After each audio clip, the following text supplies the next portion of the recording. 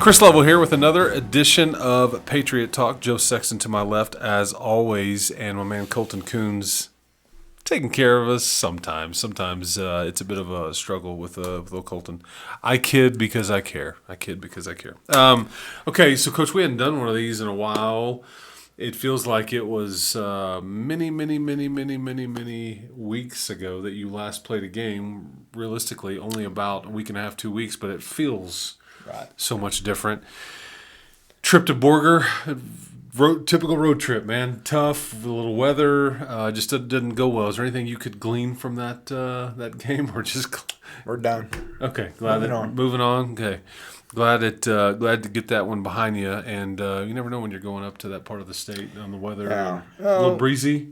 Yeah, it was pretty windy. And you get high school kids on a bus for 3 hours, and I think we talked before that I didn't think road trips would affect us, but I think you can ask the college team down the road. Road trips will always affect you some way or another. So yeah, unfamiliar is just even when you're familiar with going on the road, you're always at somebody else's. But yeah, it's just you just never know, especially all that goes into it. Okay, so bye week. There's a variety of ways you can handle these things, and coaches, kind of, spin the wheel on kind of, okay, let's hit them hard, let's stay sharp, let's rest, let's mentally break them. But I think we're pointing to a brand new weight room that you kind of like, hey, this is your game this week, gentlemen. Right. So yeah, squirrel. Look at here. So no, it was really good. That weight room got set up at the exact right time. So as soon as we hit it early Monday morning, and I think the philosophy that we took was just kind of give because we were pretty well beat up. We had lots of bumps and bruises and pulled muscles and mentally. Yes. That was the main thing for everybody, was just take a deep breath and just try to refocus. And I think we did a pretty good job of that. And we're ready to go. We've had good days of practice this week, so I think we're going to be ready to roll. Take me through the mental break too, and because you kind of had talked about wanting to get kids away and let them get out of school normal.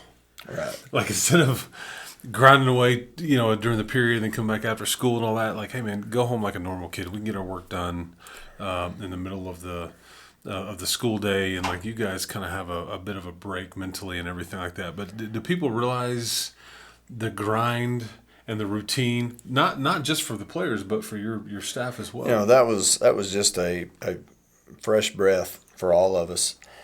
We watched a little bit of film after school Monday and Tuesday. We didn't even practice Monday and Tuesday.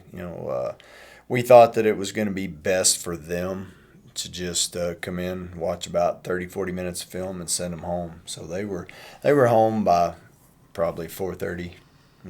Hitting the Xboxes or whatever they do. So. Or the Were you a video game guy as a youngster? Yeah, I like my Atari. Playing Pong? Pong. Way back in the day? Yeah. Were you, I didn't even know we were going to talk about this, or were you what was your game of choice back then? Galaga. Oh, yeah. Galaga was it. Yeah, Galaga was, because when you get the double you can ship really and just mow 'em start. down. Yeah, that's right. Yeah. So Galaga was. What were you blowing up? favorite. Like a bird, or Spaceships. like a spaceship? But Yeah, they were had aliens. wings. They had wings and stuff. And Yeah, you'd get as you got to the higher levels. Asteroids. Yeah, asteroids. Galaga, Frogger, Pac-Man, Yeah. Centipede. Donkey Kong. Yeah, there you go. Okay. Yeah, that was. There was a time, and most people, if you're young, you're watching this. If any of your players watch this, are like, I don't know what these old dudes are talking about right I now. know. Yeah, Pong would really blow people's minds. The simplicity of that. That little ball would get moving quick. Yeah, now they can basically play a college or professional version of a football game that's probably a lot more complicated than when they're actually playing in on a Friday night or Saturday or Sunday or whatever. Exactly. It is wild. But we let them get to that, and just to try to let them go be kids for a little while, and then we started practice again Wednesday and Thursday, and then we gave them off Friday, and so I think we got recharged, and starting Monday when they came back, now we've got our lifting routine going again, so we're hitting that a couple of days a week, and we've had a good week of practice. Because of the bye week, you obviously had a free Friday night, and you used it to wisely go kind of take a look at what Estacado, who's your opponent this Friday night at Patriot Stadium, and Borger, another district opponent that you had already seen. But what did you? Probably fun to sit there and watch a game with a team that you're going to play and kind of relax. It's pretty rare that you. I agree. Get to sit in the stands and watch a high school football game and don't have to really drive anywhere. Right. It was good. We get video on all of our opponents, but you really can't judge speed and things like that, size, until you see them in person. And they're impressive. They're a good football team. I think the word that maybe is appropriate is athleticism. Yes. A lot of speed. So with that, how do you, without giving too much away on kind of what you, but how do you try to address their team speed, and well, you just try to keep them hemmed in. You just cannot allow these guys to get out in the open field, and because they will make you miss. We have to have lots of guys around the football. Early on when they were trying to find their way. People were just swarming the football and really didn't have any place for them to go.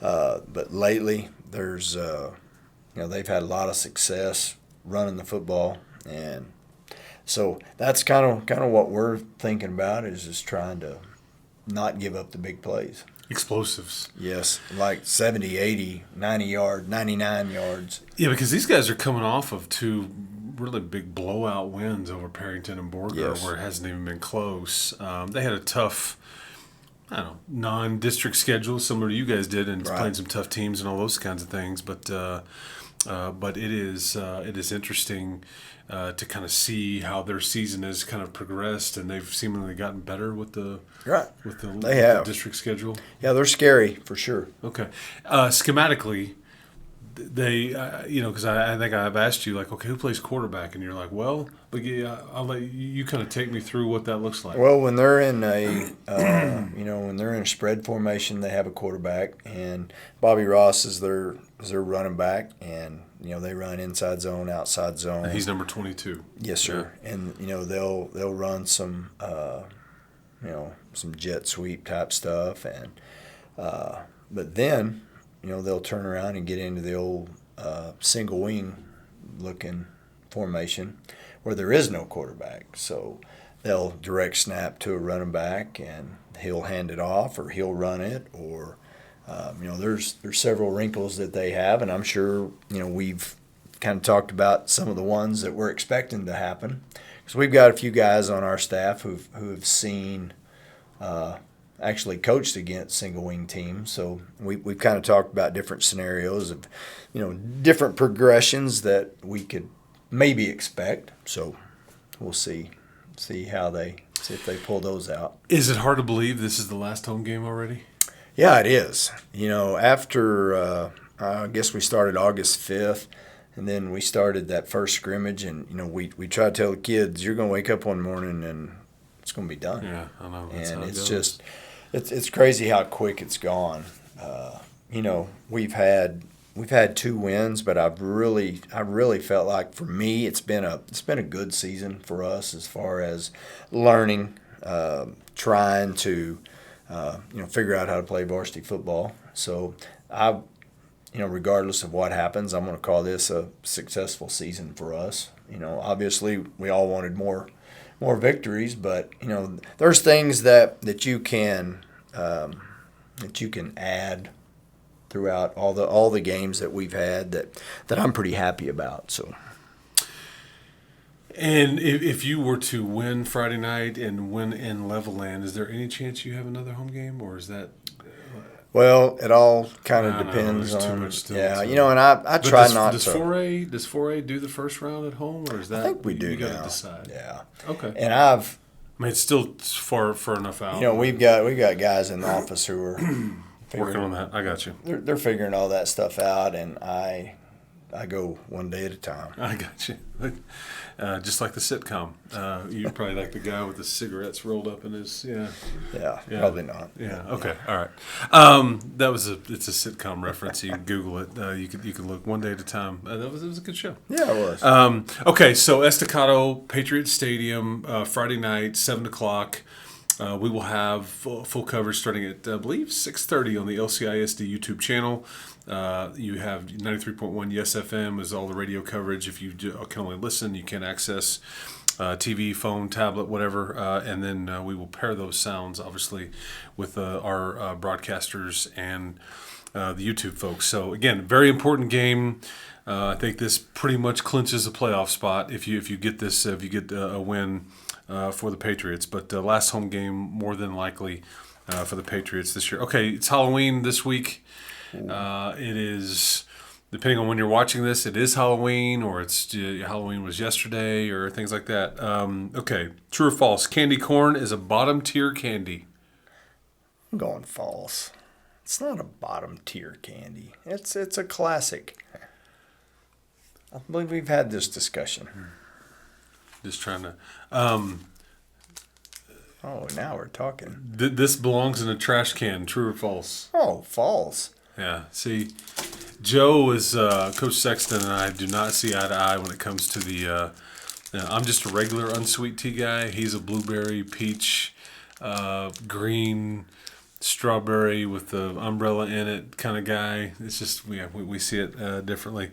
Okay, Coach Sexton, you are going to a costume party tonight, and you would be dressed as, like, fill in the blank if you were going to a costume party tonight. Kramer. Okay, all right.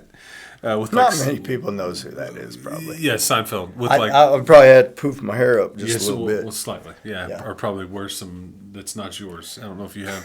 Not many people have that kind of hair. No. He's got a very unique, and you got to be all. And I would have to get some. You got to be real like quick and twitchy and kind of like falling I'd have everywhere. to have some vintage clothes. Yes, very much so. Very much so. Are you more of a trick or treat guy? I know that you've been into some tricks in recent months. I've been on the other end of those. I've got to go trick on that one. Yeah, that's fair. Be careful. Be careful with this one. Let's see. Did you ever go as a kid, growing up in Perryton? Yes. Mm-hmm. Did you ever go trick or treating without a costume? You ever see these youngsters? No. They're kind of with their buddies and they just don't have a costume, or they just kind of like there's. Hey, give me candy. Exactly. Basically, yeah. So you never heard this guy? No. Back in the day, you always had something on. You got to earn it. Yeah, we had a lot of the kids that when I was long time ago, we had rubber masks, or you had a Frankenstein mask. You always had something. You just didn't want to show up at the front door and go, "Hey, I want your candy." Yeah. That's no fun. Okay, when you were raising Sweet Riley and she would go trick or treating, your daughter, was there a parent tax whenever she maybe wasn't looking at her? Like you'd kind of dip in the. Well, she put it all in a drawer, and. Okay. I'd combine. Okay, yeah, there you go. If she had an Almond Joy or.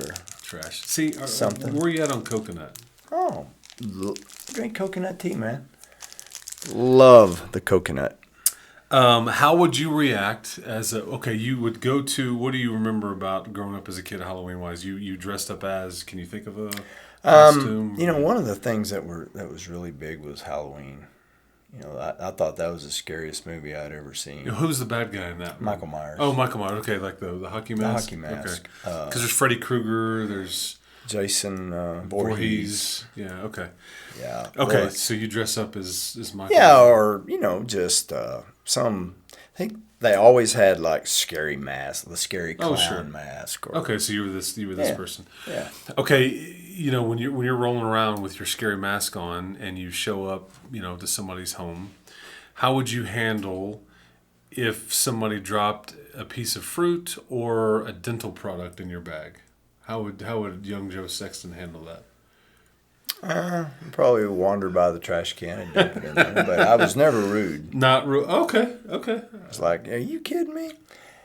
Well, that would be rude. That would be rude. So okay. I Right. just would just go, oh, thank you. And I would wander by a trash can and dump it in there. Okay. Yeah. You just deposit it in file 13. Yeah. Pumpkin spice. Anything? Yes or no? You know, You seem like you were telling me before the show that you are a big pumpkin spice guy. In fact, his Well, office over at Liberty High School has a pumpkin spice scented candle, which I think is quite bizarre. well, but I digress. we had a parent that brought us some pumpkin bread. Okay, that's acceptable. And it was amazing. Yeah, But if it falls in the coffee category, I'm not touching it. yeah, So pumpkin spice lattes, yeah. not happening. But the candle, go check it out if you ever go see You Coach Sexton you over at the school. gotta love a good pumpkin scent.